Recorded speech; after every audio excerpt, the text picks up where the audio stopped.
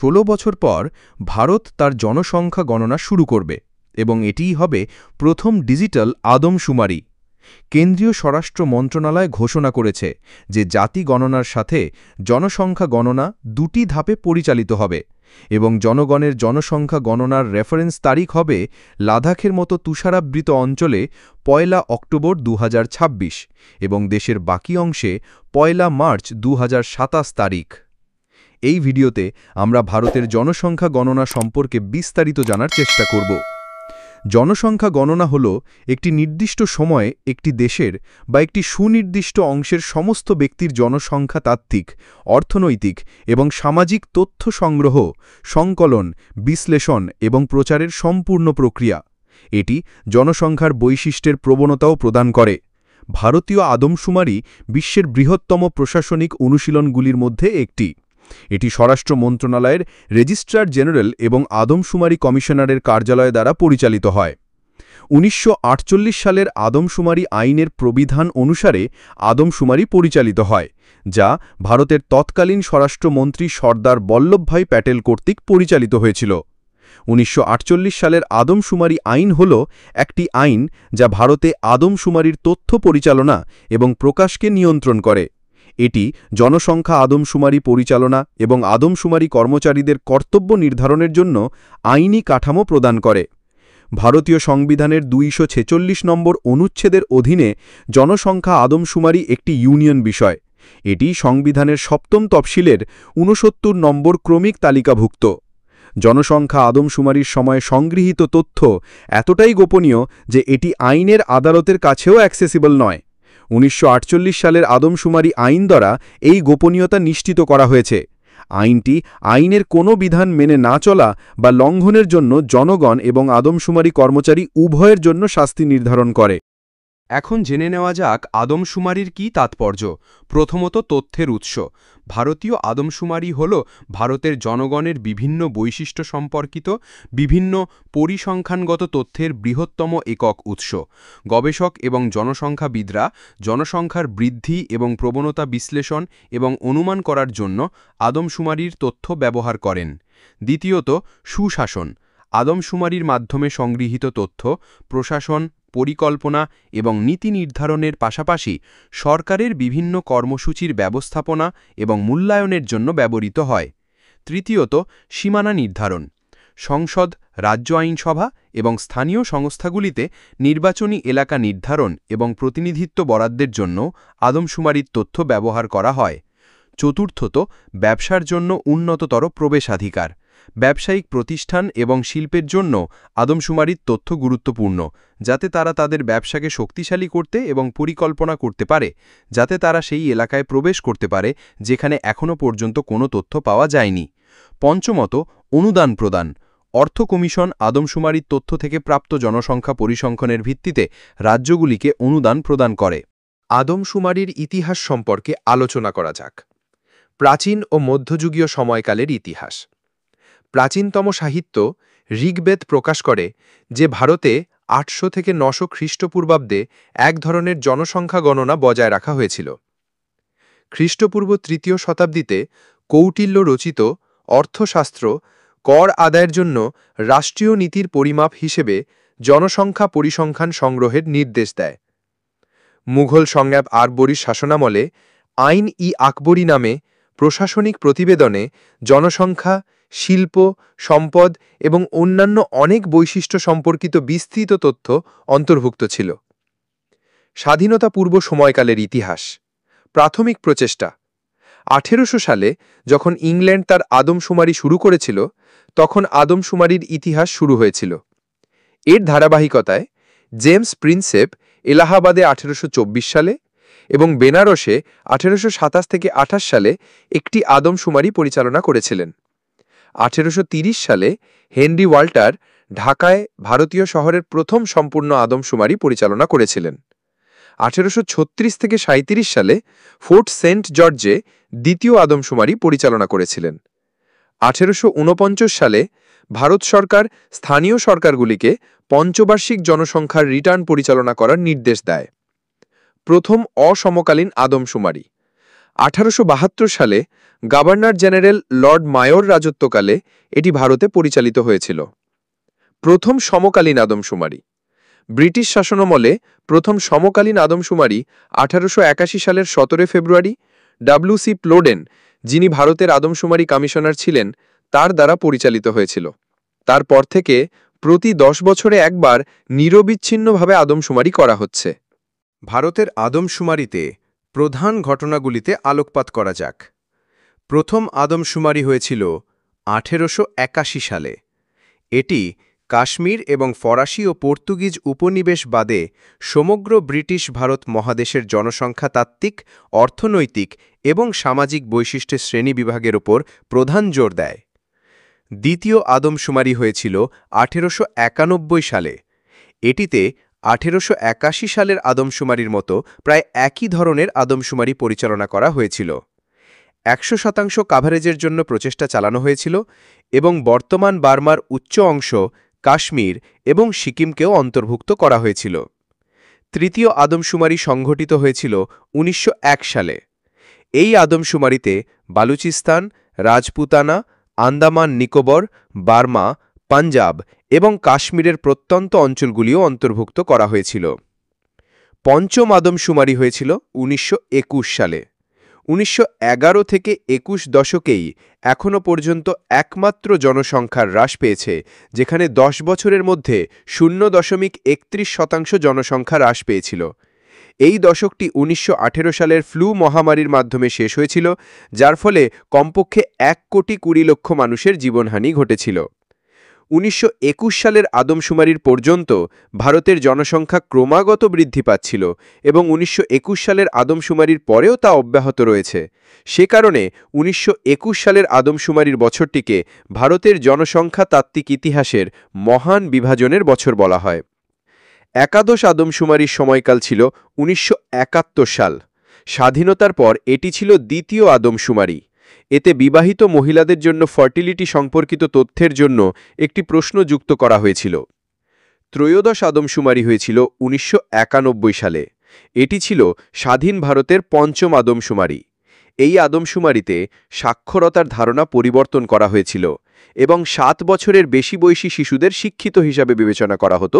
1981 সালে 4 বছরের বেশি বয়সী শিশুদের শিক্ষিত হিসাবে বিবেচনা করা হতো। চতুর্দশ আদমশুমারি করা হয়েছিল 2001 সালে। এটি প্রযুক্তির ক্ষেত্রে এক বিরাট অগ্রগতি প্রত্যক্ষ করেছে। পর্যায়ক্রমিক সময়সূচিগুলি উচ্চগতির স্ক্যানারের মাধ্যমে স্ক্যান করা হয়েছিল এবং সময়সূচি থেকে হাতে লেখা তথ্য ইন্টেলিজেন্ট ক্যারেক্টার রিডিং বা আইসিআর এর মাধ্যমে ডিজিটালাইজড আকারে রূপান্তরিত করা হয়েছিল। একটি আইসিআর ইমেজ ফাইল থেকে হাতের লেখা ধরে রাখে। এটি অপটিক্যাল ক্যারেক্টার রেকগনিশন বা ওসিআর প্রযুক্তির একটি উন্নত সংস্করণ, যেখানে মুদ্রিত অক্ষর ধরে রাখা হয়। পঞ্চদশ আদমশুমারি সংঘটিত 2011 সালে। 2011 সালের আদমশুমারিতে ইএজি রাজ্যগুলির অর্থাৎ ক্ষমতাপ্রাপ্ত অ্যাকশন গ্রুপ রাজ্যগুলি, যেগুলি হল উত্তরপ্রদেশ, উত্তরাখণ্ড, বিহার, ঝাড়খণ্ড, মধ্যপ্রদেশ, ছত্তিশগড়, রাজস্থান এবং ওড়িশা, এর ক্ষেত্রে জনসংখ্যা প্রথমবারের মতো উল্লেখযোগ্য হ্রাস লক্ষ্য করা গেছে। ষোড়শ আদমশুমারি হওয়ার কথা ছিল 2021 সালে, কিন্তু কোভিড-19 মহামারীর প্রাদুর্ভাবের কারণে 2021 সালের আদমশুমারি স্থগিত করা হয়েছিল। তবে 2027 সালের আদমশুমারি হবে প্রথম ডিজিটাল আদমশুমারি, যেখানে স্বগণনার ব্যবস্থাও থাকবে। এটিতে প্রথমবারের মতো ট্রান্সজেন্ডার সম্প্রদায়ের একজন ব্যক্তির নেতৃত্বে থাকা পরিবার এবং পরিবারের সদস্যদের তথ্য সংগ্রহ করা হবে। আগে শুধুমাত্র পুরুষ এবং মহিলাদের জন্য একটি কলাম ছিল। 2011 সালের পর এবারই প্রথম জাতি ও উপজাতির বিস্তারিত তথ্য সংগ্রহ করা হবে। 2027 আদমশুমারি দুটি ধাপে সম্পন্ন হবে। প্রথম ধাপটি হল হাউস লিস্টিং অপারেশন বা HLO, যা 2026 সালের অক্টোবর মাস থেকে শুরু হবে। এই ধাপে বাড়িঘর, পরিবারের আয়, সম্পদের পরিমাণ এবং সুযোগ সুবিধা সম্পর্কিত তথ্য সংগ্রহ করা হবে। লাদাখ, জম্মু ও কাশ্মীর, হিমাচল প্রদেশ এবং উত্তরাখণ্ডের মতো তুষারপাতপ্রবণ অঞ্চলগুলিতে 2026 সালের 1 অক্টোবর থেকে এই ধাপ শুরু হবে। দ্বিতীয় ধাপ পপুলেশন এনিউমেরেশন বা PE 2027 সালের 1 মার্চ থেকে দেশের বাকি রাজ্যগুলিতে শুরু হবে। এই ধাপে প্রতিটি পরিবারের সদস্যের জনসংখ্যা, আর্থসামাজিক, সাংস্কৃতিক এবং অন্যান্য ব্যক্তিগত তথ্য সংগ্রহ করা হবে। আসন্ন জাতীয় আদমশুমারিতে জাতিগত গণনা অন্তর্ভুক্ত করার সিদ্ধান্ত একটি বড় পদক্ষেপ, যা ভারতের সামাজিক, অর্থনৈতিক এবং রাজনৈতিক দৃশ্যপটের ওপর সুদূরপ্রসারী প্রভাব ফেলবে বলে আশা করা হচ্ছে। ভারতে জাতি গণনার মূল দিক এবং ইতিহাস সম্পর্কে আলোচনা করা যাক। 1881 থেকে 1931 সাল পর্যন্ত ভারতে ব্রিটিশ শাসন আমলে জাতিগণনা নিয়মিতভাবে আদমশুমারি অনুশীলনের একটি বৈশিষ্ট্য ছিল। সর্বশেষ ব্যাপক জাতিগণনার তথ্য প্রকাশিত হয়েছিল 1931 সালে।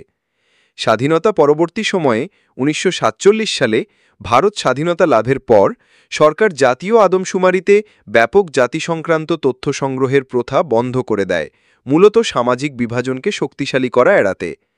তবে 1951 সাল থেকে প্রতিটি আদমশুমারিতে তপশিলি জাতি এসসি এবং তপশিলি উপজাতি এসটি সম্পর্কিত তথ্য সংগ্রহ এবং প্রকাশ করা অব্যাহত রয়েছে, যাতে তাদের অগ্রগতি পর্যবেক্ষণ করা যায় এবং ইতিবাচক পদক্ষেপ নীতি বাস্তবায়ন করা যায়।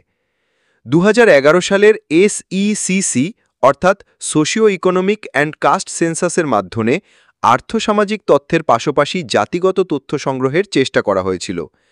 আর্থসামাজিক তথ্য প্রকাশ করা হলেও সঠিকতা এবং শ্রেণীবিভাগের চ্যালেঞ্জের কারণে জাতিগত তথ্য জনসমক্ষে প্রকাশ করা হয়নি। বিভিন্ন রাজনৈতিক দল এবং সামাজিক সংগঠনগুলি জাতিশুমারি করার জন্য নতুন করে দাবি জানিয়েছে। যুক্তি হিসেবে বলা হচ্ছে যে এটি প্রমাণভিত্তিক নীতি নির্ধারণ, সম্পদের সুষম বণ্টন নিশ্চিত করা এবং সমসাময়িক সামাজিক বৈষম্য বোঝার জন্য অত্যন্ত গুরুত্বপূর্ণ। ভারত সরকার 2025 সালের 30 এপ্রিল তারিখে আসন্ন আদমশুমারিতে জাতি গণনা অন্তর্ভুক্ত করার অনুমোদন দেয়। এটি একটি গুরুত্বপূর্ণ সিদ্ধান্ত, কারণ এটিতে প্রথমবারের মতো জাতীয় আদমশুমারির অংশ হিসেবে এসসি এবং এসটির বাইরে ব্যাপক জাতিগত তথ্য সংগ্রহ করা হবে। পরবর্তী আদমশুমারি 2027 সালের 1 মার্চের মধ্যে অনুষ্ঠিত হবে বলে আশা করা হচ্ছে। বিহার, কর্ণাটক এবং তেলেঙ্গানার মতো কিছু রাজ্য সাম্প্রতিক সময়ে তাদের জনসংখ্যার জন্য নির্দিষ্ট তথ্য সংগ্রহের জন্য নিজস্ব জাতিগত সার্ভে পরিচালনা করেছে। এখন জাতি আদমশুমারির পক্ষে এবং বিপক্ষে দুই ক্ষেত্রে যুক্তি দেখানো যায়। প্রথমত, এটি প্রমাণভিত্তিক নীতি নির্ধারণে সহায়তা করে। আর্থসামাজিক অবস্থা, শিক্ষার স্তর এবং বিভিন্ন জাতিগোষ্ঠীর প্রতিনিধিত্বের ওপর সঠিক এবং বিস্তৃত তথ্য সরবরাহ করে কল্যাণমূলক পরিকল্পনা গঠনে সক্ষম করে। দ্বিতীয়ত, বর্তমান সংরক্ষণ নীতিগুলি মূলত পুরনো তথ্যের ওপর ভিত্তি করে তৈরি, যেমন 1931 সালের অন্যান্য অনগ্রসরদের জন্য আদমশুমারি। একটি নতুন আদমশুমারি এই নীতিগুলির কার্যকারিতা মূল্যায়ন এবং প্রয়োজনীয় সমন্বয় করার জন্য বর্তমান সংখ্যা সরবরাহ করতে পারে।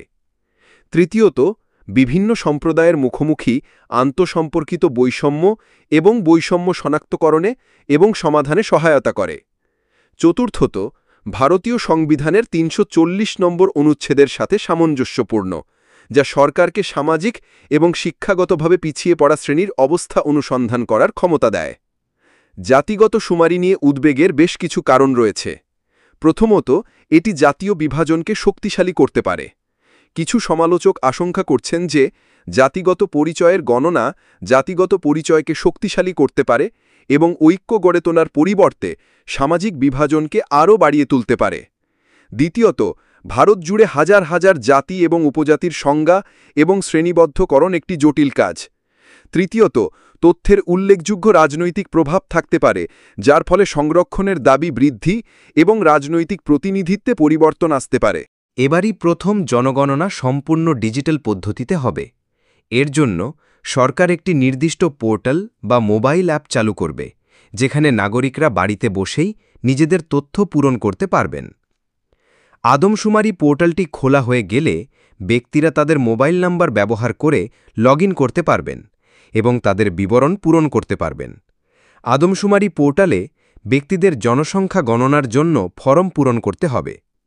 বিভিন্ন বিকল্প পূরণ করার জন্য কোডগুলি স্ক্রিনে প্রদর্শিত হবে। স্বগণনা সম্পূর্ণ হওয়ার পরে পৃথক মোবাইল ফোনে একটি শনাক্তকরণ নম্বর পাঠানো হবে। গণনাকারী যখন ঘর তালিকা অনুশীলনের জন্য যান তখন আইডি নম্বরটি ভাগ করা যেতে পারে, যা ইতিমধ্যে অনলাইনে পূরণ করা সমস্ত ডেটা স্বয়ংক্রিয়ভাবে সিঙ্ক করবে। জনগণনা সম্পর্কে আরও বিস্তারিত তথ্য, যেমন নির্দিষ্ট ওয়েবসাইট লিঙ্ক বা অ্যাপ ডাউনলোডের বিবরণ, জনগণনা শুরু হওয়ার কাছাকাছি সময়ে সরকারের পক্ষ থেকে প্রকাশ করা হবে।